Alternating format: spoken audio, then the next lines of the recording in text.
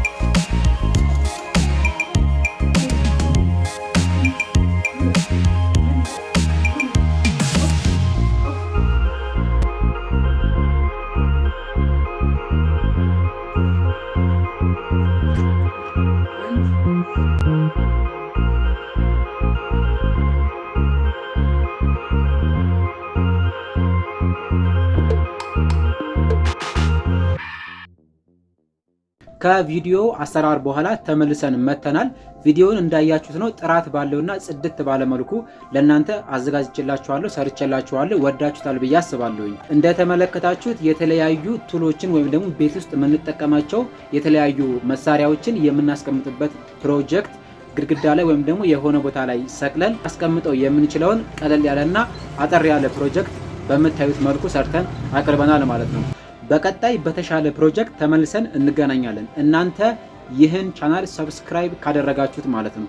ካላደረጋችሁ አታገኙኝም። አሁኑኑ ሰብስክራይብ አድርጉት። ቻው